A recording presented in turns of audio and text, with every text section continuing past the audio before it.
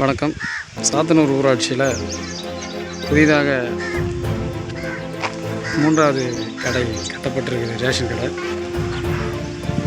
இது காங்கிரீட்டு போட்ட மறுநாளே மண்ணை தள்ளிட்டாங்க. ஆனால் அதுக்கான தண்ணி எதுவுமே ஊற்றலை. ஒரு கான்ட்ராக்டுக்காருக்கு தண்ணி ஊற்றுறதுக்கு கூட செலவாகும்னு சொன்னால் அப்போ இதில் எவ்வளோ லாபம் சம்பாதிக்கலான்னு ஒரு கான்ட்ராக்டுக்காரர் யோசிக்கிறாருன்னு தெரில. நான் இதை கான்ட்ராக்டை பள்ளம் எடுக்கும் போதும் பார்த்தேன், கம்பி கட்டும் போதும் பார்த்தேன், காங்கிரீட்டு போடும்போதும் பார்த்தேன்.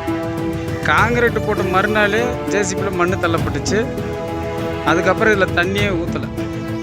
அப்புறம் என்ன மயிருக்கு இந்த காங்கிரீட் எப்படி தாங்கும்? இவனை யாராவது டெண்டர் வந்தால் அதை வெத்துவனு 10% 30% கான்ட்ராக்டுக்காரன் விட்டுறானுங்க ஊரில். அவன் கான்ட்ராக்டுக்காரன் பணம் சம்பாதிக்கிறதுக்காக ஒன்று பாதிமாக கட்டிட்டு போகிறான். இது யார் தலையில் வந்து விடிகிறது பாருங்கள். தண்ணி ஊற்றுனதுக்காகனா எந்த தடமும் இல்லை. போட்ட ஒரே நாளே மண் தள்ளப்படும். இதை வன்மையாக கண்டிக்கிறோம். இதை வீடியோ நம்ம முதலமைச்சர் எல்லாருடைய பார்வைக்கு செல்லும். நன்றி, வணக்கம். நான் முரளி, சாத்தனூர்.